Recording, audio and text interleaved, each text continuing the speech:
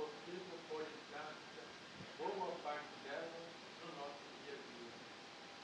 Só assim estaremos unidos, evoluindo cada vez mais, unidos espiritualmente, crescendo sempre na essência e no amor de Deus. Pai nosso que estais no céu, santificado seja o vosso nome, venha a nós o vosso reino, seja feita a vossa vontade, assim na terra como no céu. O pão nosso de cada dia nos dai hoje, perdoai as nossas ofensas, assim como nós perdoamos a quem nos tem ofendido, e não nos deixeis cair em tentação, mas livrai-nos de todo mal, e assim seja. Com muito carinho, vamos ouvir nosso irmão na família, pela primeira vez aqui, André Sobreiro, da cidade de Severino. À vontade. Obrigado.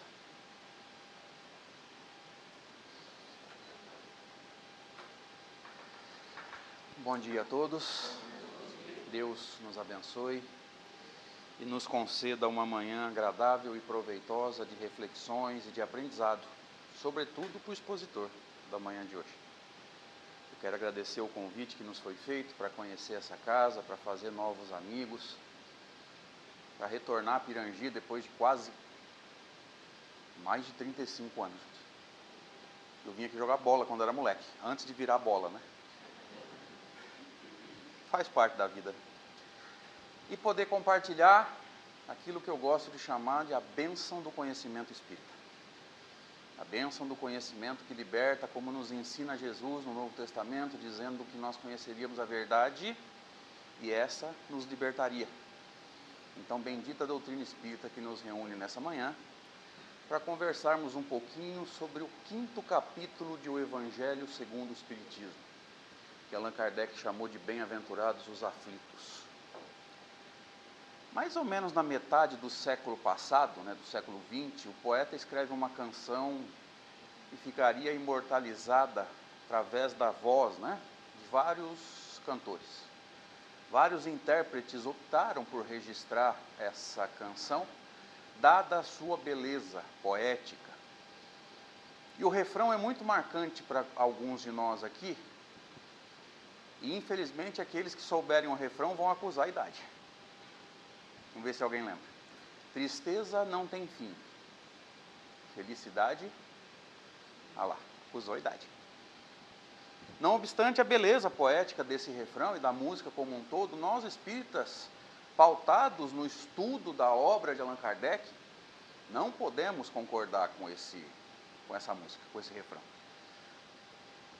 Porque se os ciclos de felicidade, de paz, de tranquilidade, naquelas fases em que a vida parece que dá uma trégua para a gente, infelizmente essas fases têm fim, as fases de mais dificuldade, as fases mais provacionais, às vezes expiatórias, também tem, graças a Deus.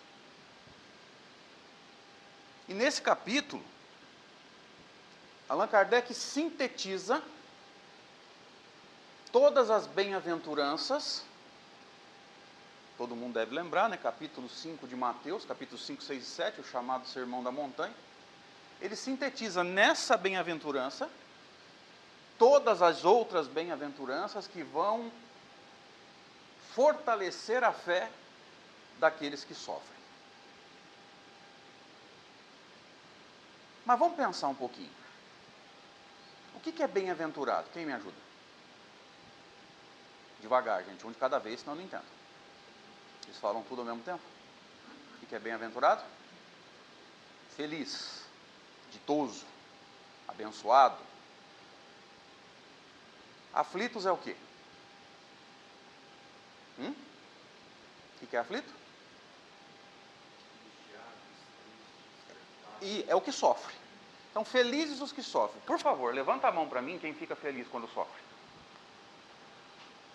Eu vou ter que fingir que eu acredito. Não. Vou fazer uma força, hein? Eu passei por câncer, até hoje eu não senti que eu tinha isso. Graças a Deus para a senhora. Eu acredito, agradeci a Deus.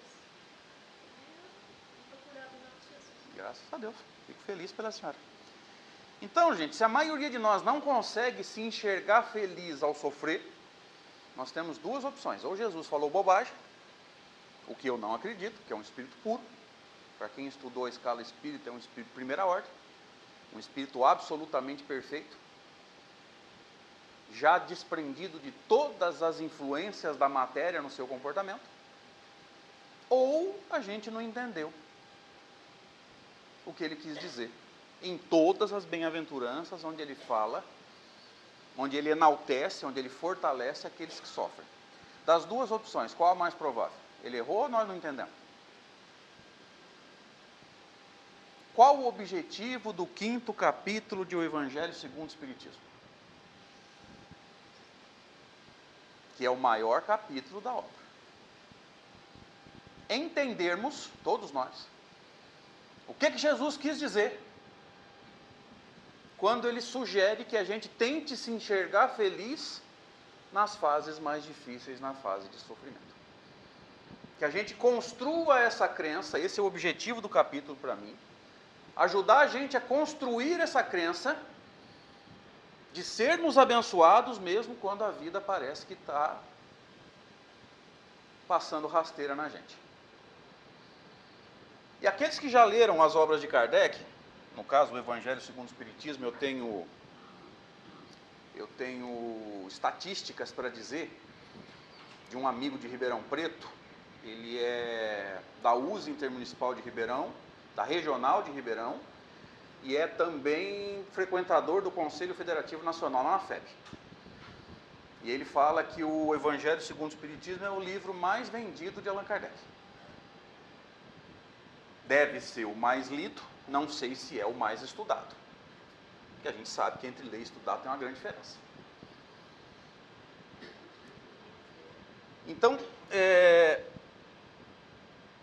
para aqueles que já estudaram essa obra, vocês vão perceber...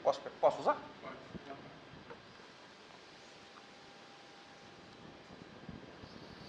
É o 5º capítulo. 6º.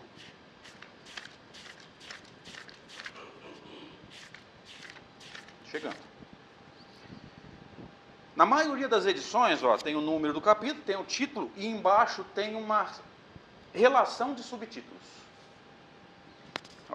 Justiça das aflições, causas atuais, causas anteriores, esquecimento passado, motivos de resignação. Por que ele faz isso? Por que Allan Kardec bota ali a sequência, 2 subtítulos que vão aparecer no capítulo? Para a gente entender a construção do capítulo. Essa ordem de subtítulos, ela reflete uma construção, ela reflete a lógica do capítulo. E o pedagogo Allan Kardec, muitos daqui devem saber, se não todos, que antes de iniciar a sua tarefa de codificar o Espiritismo, embora a gente já saiba que a palavra codificação não reflete a mensagem de Allan Kardec, porque codificar é resumir a código.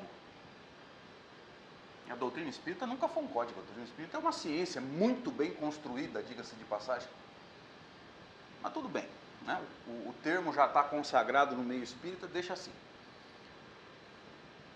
Antes de começar o seu trabalho de construir a doutrina espírita, Allan Kardec era um pedagogo, com livros escritos. Nem todo mundo sabe disso. Hippolyte Léon Denis Rivail tinha livros escritos de grande vendagem e adotados oficialmente por escolas em Paris no século XIX. Em determinado momento da vida, ele deixa a França e vai para a Suíça, para Yverdun, para estudar pedagogia com Pestalozzi. Então veja que nós estamos falando de um grande pedagogo. E com o tempo, o que a gente foi entendendo? Que essa sequência de subtítulos, como eu já falei, ela reflete a construção do capítulo.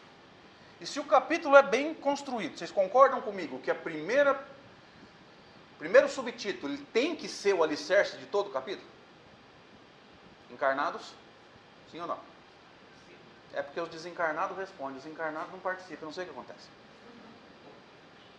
Sim ou não, gente? Olha só, todo livro bem escrito tem na introdução e nos primeiros capítulos o quê? O alicerce do livro. Senão o livro não é bem escrito, gente. Tem que ser uma construção. Senão não tem lógica. Então vocês concordam comigo que tem um motivo para que justiça das aflições seja o primeiro subtítulo? Se justiça das aflições é o primeiro subtítulo, eu perguntaria: o que eu tenho que entender desse primeiro subtítulo para eu poder mergulhar nos subtítulos seguintes com segurança? Por que justiça das aflições é o primeiro subtítulo? Porque na construção de uma fé tão robusta, a ponto de, ao sofrer, eu me enxergar bem-aventurado, feliz, ditoso, abençoado, primeira coisa que eu tenho que entender: não existe injustiça. Quando a gente fala em injustiça, a gente fala assim, numa análise superficial. Porque se nós olharmos mesmo para a justiça de Deus, a gente vai chegar tranquilamente à conclusão: não existe injustiça. Todas as nossas aflições, todas as nossas dificuldades são absolutamente justas, absolutamente necessárias para o nosso crescimento, como foi falado aqui na prece inicial. E tem duas frases de Allan Kardec nesse capítulo que eu vou trazer para vocês, mas como a memória já não me ajuda muito, principalmente depois de 2 visitas do Covid, eu peço permissão para ler. Diz Allan Kardec, logo, as vicissitudes da vida derivam de uma causa e, pois que Deus é justo, justa há de ser essa causa. Qual é a probabilidade de Deus ter errado para qualquer um de nós, por mais difícil que seja a nossa vida? O Deus que nós aprendemos em Espiritismo é um Deus que erra? Encarnados, sim ou não? Deixa eu só fazer uma observação. O povo de Pirangi dorme na palestra? Dorme? Lá em Severino o povo chega a babar. Só que eles não falam que eles estão dormindo. Qual que é a desculpa padrão mesmo? Quem me lembra? Onde que eles estão? Desdobrados. Então eles não falam que estão dormindo, eles falam que estão desdobrados, que o corpo está ouvindo a palestra, mas é que ele está trabalhando no plano espiritual. É desculpa padrão, né? Então se eu estiver acordando alguém, levanta a mão, faz assim, porque aí eu abaixo o tom de voz, tá? Gente, desculpa, eu não posso perder a piada. Já é uma prática minha já. Então a primeira coisa que a gente precisa entender, gente: Deus é absolutamente justo. O Deus que nós aprendemos em Espiritismo é um Deus absolutamente perfeito. Porque se Jesus é um espírito puro e não cometeu nenhuma falha durante a sua passagem pelo plano físico, Deus está acima dele. Então nós aprendemos em Espiritismo sobre um Deus que não erra.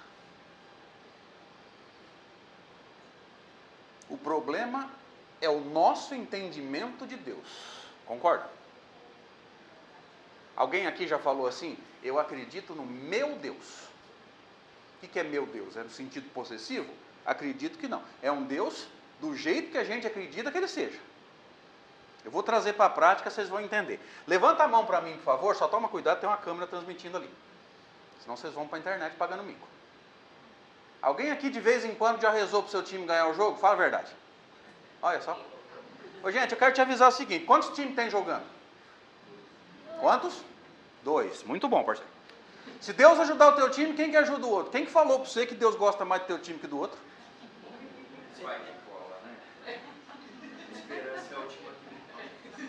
Vai dar perto lá de cada mais forte. Ainda mais que tem Palmeiras jogando.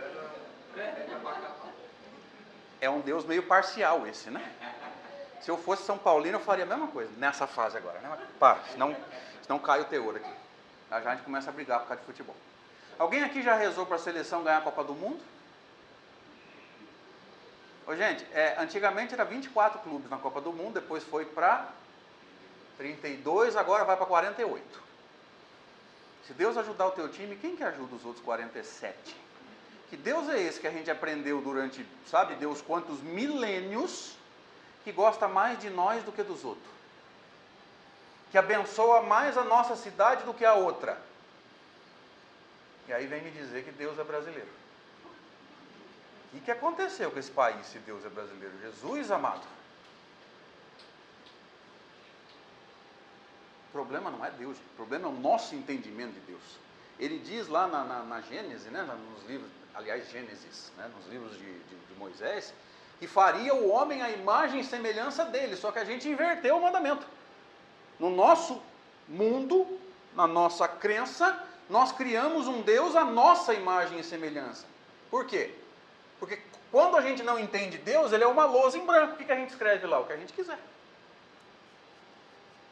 Por isso que a gente acha que ele gosta mais da gente que do outro, mais da nossa igreja que do outro, mais da nossa religião que da outra, mais da nossa cidade que dos outros, mais do nosso país que dos outros. Lembra da crença antiga?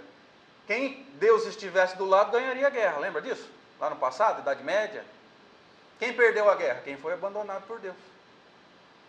Gente, olha o Deus que a gente vem trazendo no nosso mundo de crenças, né? Nosso mundo sentimental, mental, se você quiser, durante, sabe Deus quantos milênios, é um Deus parcial. É um Deus que dá privilégios, porque a gente vem da religiosidade tradicional, e aqui eu não quero que soe como crítica, pelo amor de Deus, achando o quê? Que Jesus é um ser à parte, que foi criado prontinho, perfeitinho, e nós estamos aqui batendo cabeça. E o pior, hein, por culpa de Adão e Eva. Ai, se eu encontro esse povo andando na rua, não ia prestar. Alguém ia se machucar. Então nós precisamos entender, primeiro de tudo, que Deus é esse que nós pregamos em Espiritismo. Nós aprendemos em Espiritismo. Primeira frase de Allan Kardec aqui diz assim, ó, no capítulo. Ó. Vou até ler para ninguém falar. As compensações que Jesus promete aos aflitos da terra não podem ocorrer senão na vida futura. O que é a vida futura, gente? Isso, vai, os encarnados agora. O que Kardec chama de vida futura, você e eu conhecemos como a imortalidade da alma, a continuidade da vida após a morte da matéria. Então tem consolação aqui no plano físico? Tem. Quem se esforça começa a plantar coisas boas e por consequência começa a sua colheita de coisas boas. Mas a compensação ao pé da letra mesmo só se dá na vida espírita. Vida espírita é a vida da alma, né? O corpo, é a alma fora do corpo. E não existe injustiça no universo. Quando a gente fala assim, tal coisa é injusto, ou a gente está sendo injusto no nosso comentário, ou a gente está comentando de forma superficial. Porque numa análise profunda, quando eu digo, tal situação é injusta, o que eu estou dizendo? O Deus que eu aprendi é um Deus que deixa injustiças acontecer. Por mais que seja difícil da gente entender isso, a doutrina espírita nos ajuda. Deus perfeito. Reencarnação, como forma de algumas vezes, nós vamos ver isso daqui a pouco, como forma de algumas vezes a reencarnação, né? Abrir portas para que a gente possa resgatar os erros do passado. Mesmo com todo esse conhecimento, às vezes a gente olha determinadas situações e fala assim, como é que Deus permite isso? Mais alguém aqui além de mim fala isso ainda, gente? Como é que Deus deixa isso acontecer? Ou seja, nem o conhecimento espírita construiu em nós uma fé em Deus tão robusta a ponto de dizer, por algum motivo, está tudo certo. Não existe injustiça. A segunda frase de Allan Kardec, ele diz assim, não podendo Deus punir. Vamos discutir esse termo primeiro? Porque o meio espírita treme só de ouvir a palavra punir. Deus pune? Sim ou não? Por que ele usou o termo punir, então?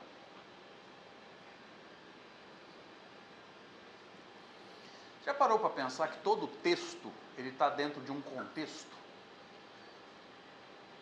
Se você escreve um texto, você vai escrever dentro da sua cultura, das suas crenças, e na maneira de escrever que a gente usa no Brasil no século XXI, concorda?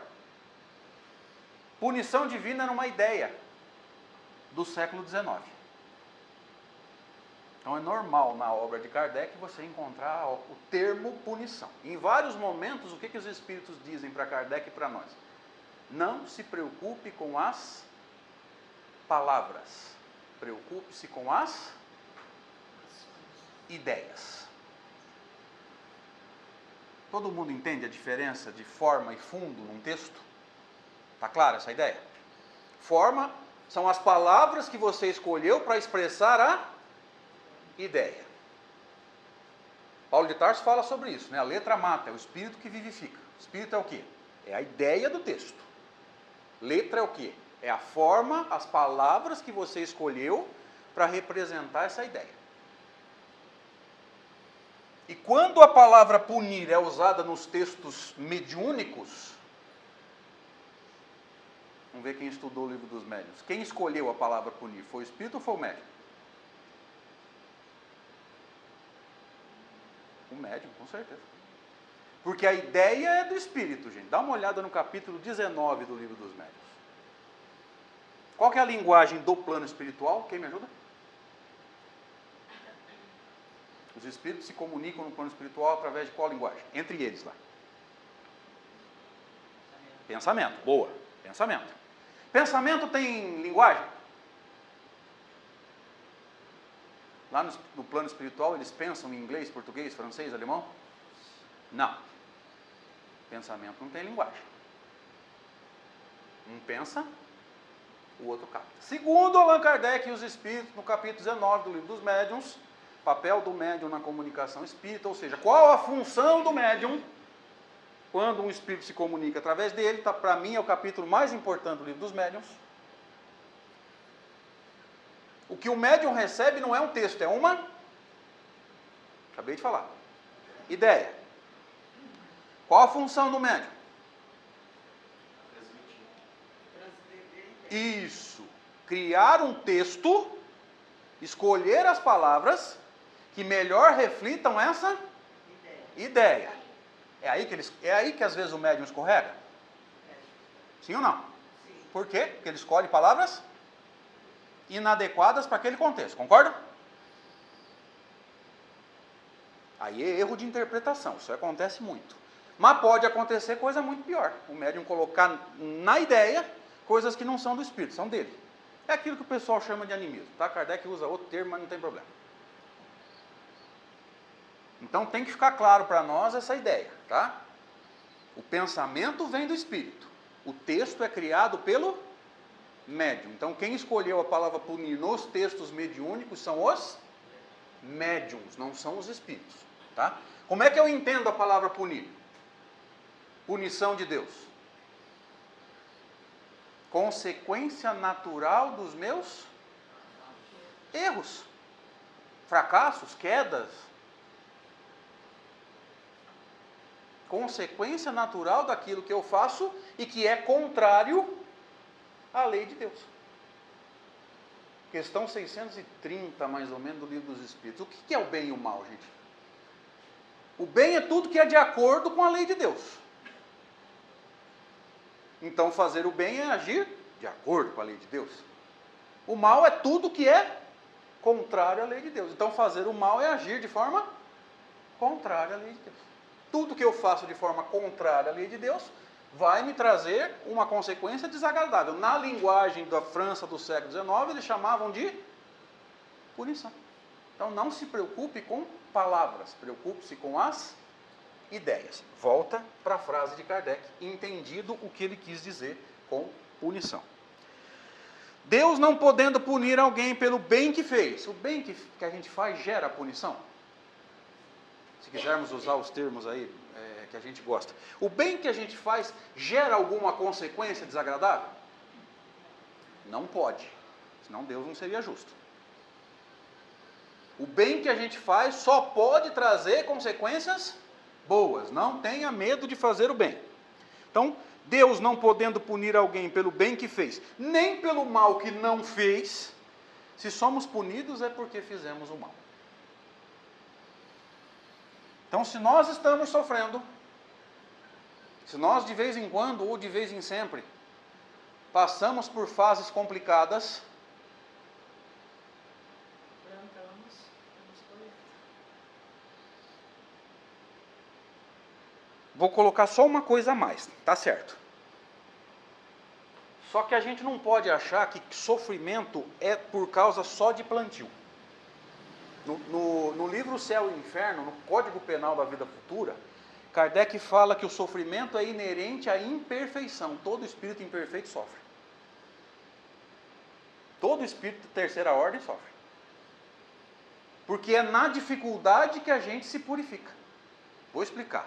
Se nós tivermos uma vida absolutamente tranquila, você ganha bastante dinheiro, tuas contas estão em dia, teu carro está novinho, tua casa está reformada, teus filhos estão otimamente educados, está tudo de acordo com aquilo que a gente queria. A gente conseguiu construir a vida do jeito que a gente quer, não tem nenhum probleminha. Nessa situação perfeita, alguém evolui?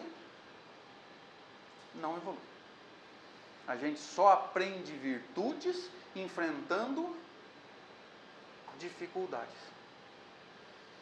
Se você tem uma vida perfeita, como é que você desenvolve paciência, por exemplo?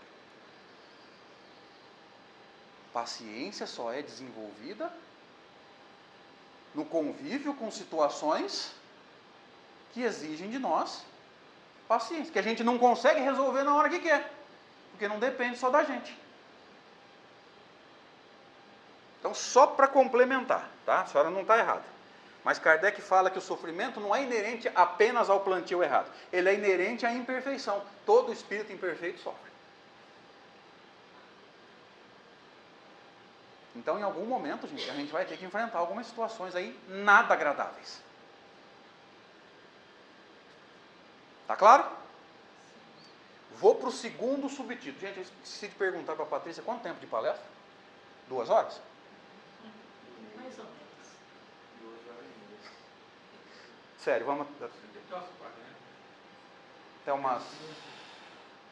umas 15 para as 9, tá bom? 15 para as 10, 15 para as 11. Vai tocando, né?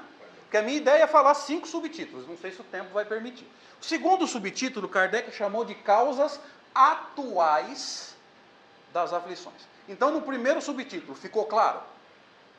Não existe injustiça. Tudo que nós estamos passando é necessário. Não enxergue como sofrimento, enxergue como ações pedagógicas de um pai amoroso que quer que a gente cresça. E lembra, ninguém cresce se a vida for uma moleza. E o finado avô tinha uma frase que eu gostava muito, ele falava assim: nós é tão manso que se coçar as costas a gente espreguiça e deita, igual cachorro. Mais alguém aqui é assim? Fala a verdade. Pois é. Então, vai ter que dar uma ralada de vez em quando. Segundo subtítulo, causas atuais das aflições. Gente, o que Kardec chamou de causas atuais das aflições? Quem me ajuda? Causas atuais. O que é causa da aflição? É ação boa ou menos boa? Menos boa. Atual é o quê? Dessa encarnação. Parabéns. Olha essa frase, porque ela é um tranco na maioria do nosso meio espírita. Os males dessa natureza, ou seja, os sofrimentos cuja causa foi plantada nessa encarnação, fornecem indubitavelmente um notável contingente ao cômputo das vicissitudes da vida. Traduz para mim. A linguagem dele é de um homem extremamente culto na Europa do século XIX. Traduz para nós.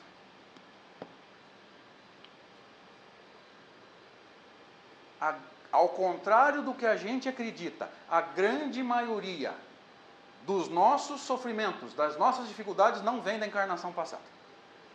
Eu não sei como é que funciona aqui em Pirangi, mas lá na minha cidade, tudo que acontece de errado na vida da gente, o que os espíritas falam, é da encarnação passada.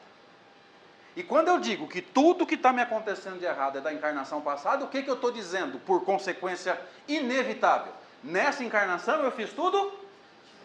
Alguém fez tudo certinho nessa encarnação? Levanta a mão, por favor. Então a gente precisa começar a estudar esses textos. Quando eu digo tudo que está me acontecendo vem da encarnação passada, o que eu estou dizendo? Nesses tantos anos que eu já tenho nessa encarnação, eu fiz tudo certo. Nessa encarnação eu não errei, eu só errei na outra. Alguém pode afirmar isso? Não podemos. Então eu vou começar a dar umas ideias aqui. Não quero que ninguém se ofenda, tá, gente? Você já ouviu falar de consumismo? Vocês conhecem alguém consumista? Consumismo é uma tendência que diz assim, eu conheço uma definição muito boa, só não achei o autor. O consumismo é uma tendência a você comprar o que você não precisa, com dinheiro que você não tem, para impressionar alguém que você não gosta. E eu achei isso genial. O nosso vizinho compra uma televisão de 55 polegadas. A gente vai comprar uma de... Tem que ser maior. Mas cabe na sala? Às vezes não cabe, né? Aí o que nós fazemos? Põe na diagonal, né? Depois não tem como colocar o sofá. Olha que coisa romântica, né? Você fica do lado de fora na janela, né? Gente, eu vou brincar com as senhoras, mas pelo amor de Deus, não vai achar que é machismo, isso é uma bobagem, tá? Eu respeito todo mundo. As senhoras têm tendência a comprar sapato? Tem? Tem. Reencarnação de centopeia? Não é tanto. Mas se Gente, dá você já vontade. reparou que nós compramos? É sapato que não serve, roupa que não fica boa. O que nós fala? Ah, essa semana eu vou fazer caminhada. Tá meio justinho, mas essa semana eu emagreço. Vai servir. Alguém aqui, além de mim, tem roupa faz mais de 10 anos que você prometeu emagrecer para recuperar e não recuperou? Levanta a mão. Vamos ver quem tem coragem de assumir. Quantas vezes a gente trocou de celular sem necessidade, gente? E por que eu faço essa brincadeira com o consumismo, gente? Porque a gente fala assim, as minhas dívidas financeiras vêm de outra encarnação. Toma vergonha. A tendência pode ser o descontrole, né? A imperfeição. Mas as ações são da encarnação passada? Negativo. A gente gasta mais do que ganha, a gente compra sem necessidade porque não sabe controlar os gastos. Então eu costumo brincar, as meninas quando param perto de uma vitrine de loja de sapato, você tem que desgrudar ela assim, como se fosse um adesivo depois, né? Aí o sapato está apertado, o nego compra. Não, pode comprar, ele laceia. Fica a marca do dedão assim, né? É lindo.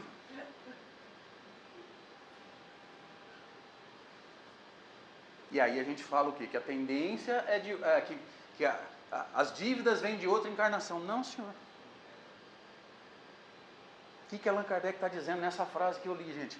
A esmagadora maioria das nossas dificuldades foi plantada nessa encarnação. Decisões mal tomadas, mal pensadas. Então eu brinquei com o lado financeiro. Vou brincar com outras coisas. Você conhece alguém que não tem vocação nenhuma para médico, mas quer se formar para médico de tudo quanto é jeito? O cara quer ser médico, mas não gosta de estudar, gente. Você não se forma ou você vai matar a gente. Você conhece alguém que escolheu a profissão pelo dinheiro e pelo status? Ao invés de escolher pela vocação, por aquilo que gosta de fazer? Porque se gosta de fazer, você não olha para relógio, você não olha para calendário, você trabalha, uma hora o sucesso vem. Mesmo que não seja financeiro, você está feliz.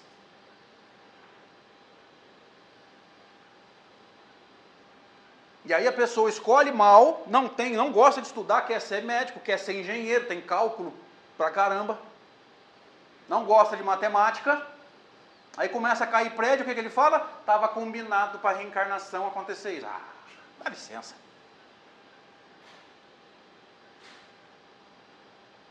O povo de Pirangi usa essas coisas assim, de desculpa para os erros. Encarnação passada e mediunidade. Hã? Tudo é da encarnação passada e nada é culpa nossa. Tudo é culpa de quem mesmo? Antes de ser espírita era do demônio, agora é do... Só mudou o nome, vai. Obsessor. Nós não temos culpa, gente. Nós nunca temos culpa. Ou é o demônio ou é o obsessor. Ou vem da encarnação passada. Nessa eu não fiz nada errado.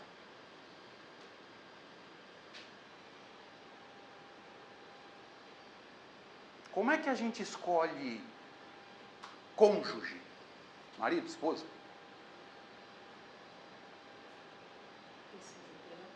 Tem que ter amor, tem que ter, além do amor, tem que ter a convivência para ver se vai dar certo. Mas essa geração nova eu acho engraçadíssima. Apaixona hoje, amanhã já está de aliança. Quando você vê, já engravidou, já casou, já separou. Eu sou professor há quase 30 anos, gente. Cansei de ver aluno meu nessa vibe. Aí fala assim, não, a minha separação estava no planejamento reencarnatório, gente. Eu sei que separação não é um pecado. Mas até onde eu sei, a gente encarna para cumprir compromissos. E o não cumprir o compromisso não é um determinismo. O determinismo é o quê? Eu combino o quê? Eu vou cumprir o compromisso até o fim. Pode acontecer de não cumprir. É isso que eu aprendi com a obra de Kardec.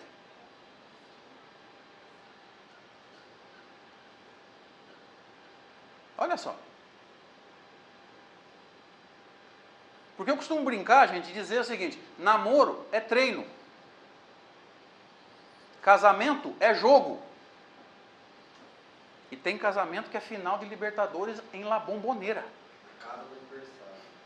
La Bombonera. Sai faísca. O que acontece com o jovem hoje? Não tem treino. Não tem mais aquele namoro longo para ver se dá certo, a convivência. Gente, encontrar no fim de semana todo mundo bem arrumadinho, cheirosinho, isso é fácil. Isso é a coisa mais tranquila do mundo. E apaixona mesmo. Eu quero ver o dia a dia. Aí começa a esquecer toalha na cama, sapato jogado para tudo que é lado. Eu sei que isso é tendência masculina, não tem problema. Eu brinquei com as mulheres, por que eu não vou brincar com nós, né? Aí eu quero ver. Olha que interessante. Vai direto pro jogo, não tem treino. Depois fala, a minha separação já estava combinada lá na erraticidade, no planejamento, não estava. A gente encarna para cumprir o compromisso, com o risco de não cumprir. Vou fazer uma pergunta bem prática sobre isso, né? O erro não é um determinismo. Judas encarnou para trair Jesus? Sim ou não? Absolutamente não. Ele tinha tendência. Reencarna com o compromisso de tentar não cair. Mas não deu conta. Ninguém combina no planejamento, Kardec chama de escolha do gênero de provas. Livro dos Espíritos. Ninguém reencarna combinando o erro. Combinando deixar de cumprir um compromisso. A gente tem a tendência a cair, mas reencarna com o compromisso de tentar não cair. Claro, a maioria de nós acaba caindo. Em todos? Não, tem coisa que a gente cumpre ao pé da letra. Tem outras que a gente cai. Mas existem causas anteriores às aflições? A gente traz problemas de outra encarnação? Encarnado, sim ou não? Sim, olha aqui, ó.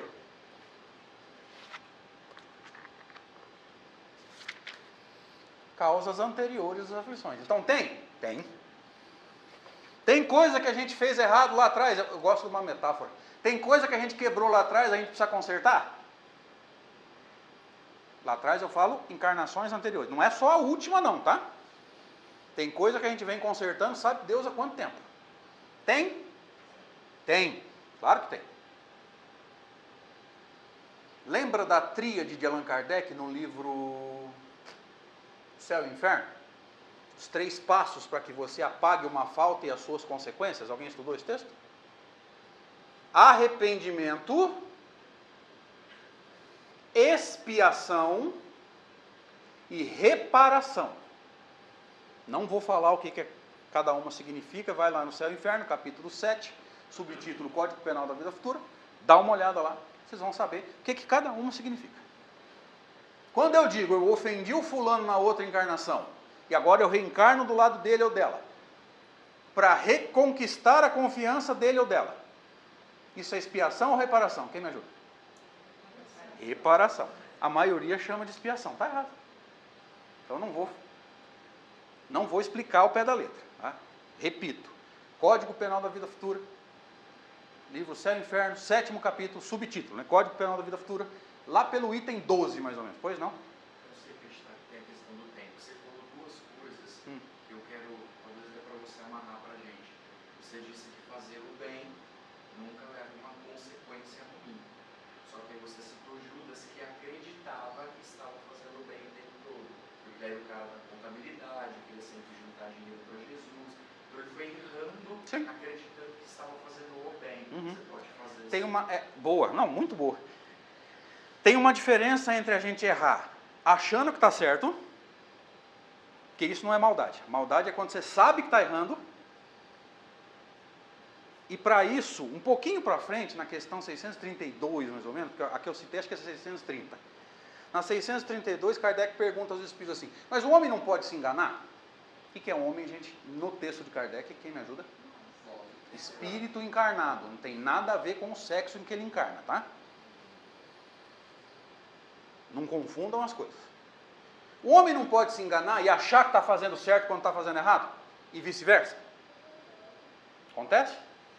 Sim, é o que você falou. Na cabeça de Judas ele estava dando certo. Aí o que eles respondem? Usai a máxima de Jesus, fazei ao próximo. Judas não usou. Ele não pensou em nada. Ele falou, vou me unir aos poderosos. A revolução expulsa Roma daqui. Isso aqui é história, tá, gente? O pessoal acha que Bíblia é história. Vamos junto dos sacerdotes do templo. A gente expulsa Roma daqui e a gente vai ser o povo escolhido, prometido por Deus. Judas não pensou em nada. Ele enxergou isso, tinha a tendência, pode ter sido auxiliado por maus espíritos? Pode. Mas não podemos botar a culpa neles. Eu tenho uma outra palestra que eu posso fazer aqui, se depois dessa aqui cair na besteira de me chamar, né? Que eu discuto a lei das influências. O que abre porta para a influência? A imperfeição que eu trago. Não é mediunidade. Porque se fosse mediunidade, só os médiuns seriam influenciáveis. E todo mundo é influenciável. E se você estudou o item 159 do Livro dos Médiuns, você já sabe, nem todo mundo é médium. Todo mundo é médium num sentido superficial, mediunidade do pensamento. Meu anjo guardião fala comigo através do pensamento. Mas a mediunidade ostensiva, que Kardec chama de efeitos patentes, não é para todo mundo. Então se você me diz assim, a influência é coisa de médium, então só os médiums são influenciáveis. Eu não sou médium patente, eu não seria influenciável. Não é assim. O que abre porta para influência é a imperfeição que eu trago. Vou deixar curioso. Quem sabe um dia a gente volta para contar essa história. Mas enfim, as dificuldades que nós passamos, cuja causa está em outra encarnação, óbvio que elas existem. Como eu falei, ofendi o fulano, roubei, matei, traiu num relacionamento. Tem que reconstruir essa relação? Perdão, etc, etc? Tem. Mas é minoria, gente. A esmagadora maioria são escolhas que nós fizemos nessa encarnação. É tipo aquele cara que compra um carro, não dá um centavo de entrada e financia em 240 meses. Quando chega na parcela de número 60, o carro já desvalorizou, ele ainda deve 2 carros. Olha que bom negócio, né? Para o vendedor. Não para ele. A grande maioria são decisões. E nesse caso, né, você compra um carro em 240 parcelas, isso vem de outra encarnação? Não, você plantou nessa encarnação, querido. A tendência pode ser. Mas o que gera dívida não é tendência, é o plantio. Vou esclarecer. Estou um pouquinho fora do assunto. No livro Céu e Inferno, lá no Código Penal da Vida Futura, Kardec diz assim, toda imperfeição e toda falta que dela é consequente, e essa frase é extraordinária. O que ele está dizendo, gente? A falta, o erro, o pecado, é consequência de uma...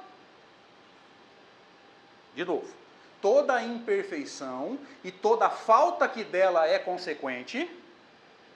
Agora vamos. Toda falta é consequência de uma imperfeição. Não, a falta é a ação. Falta e ação é a mesma coisa. Lembra? Ação e reação, causa e efeito. A falta, o erro, o pecado é uma ação. Mas ela deriva de uma imperfeição. Como é que a gente evolui? Resgatando falta ou corrigindo imperfeição? Entenderam a evolução. Não adianta eu resgatar a falta, gente, se eu não corrigir a imperfeição, quando eu for testado de novo, eu caio de novo no mesmo erro. A gente não entendeu isso. A gente está preocupado em resgatar a falta. Tem que resgatar? Tem que resgatar. Mas se o resgate não gerar a correção da imperfeição, na próxima vez eu caio de novo no mesmo erro. Você está falando da reforma íntima. Transformação moral, linguagem de Kardec. Reforma íntima é linguagem de Emmanuel, André Luiz, Kardec, transformação moral.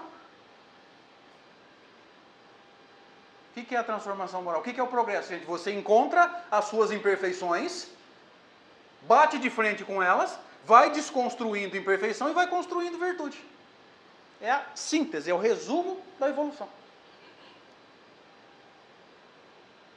Ficou claro? Gente, por causa do horário combinado, eu preciso parar. Então, obrigado pelo convite, obrigado pelo carinho. Até uma próxima, se Deus quiser.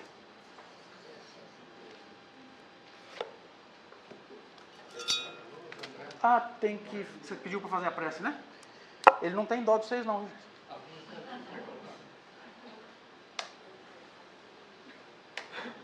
Sim? Então vamos agradecer, gente, essa manhã de reflexões, manhã agradável entre novos amigos para mim, onde nós podemos conversar sobre essa doutrina extraordinária, esclarecedora, mas infelizmente ainda pouco conhecida por nós. Agradecer aos nossos anjos guardiães, aos espíritos amigos, rogando a eles a paz, o esclarecimento, para que nós possamos, nos momentos mais difíceis, tomar as decisões certas e, na dúvida, que eles possam nos ajudar a recorrer a Jesus, quando sugere que nos coloquemos no lugar do próximo. Ajuda-nos, Senhor, a continuar aprendendo, a continuar evoluindo, sendo cada vez mais amáveis, cada vez mais corretos e com um comportamento cada vez mais de acordo com as leis do Pai. E que assim seja.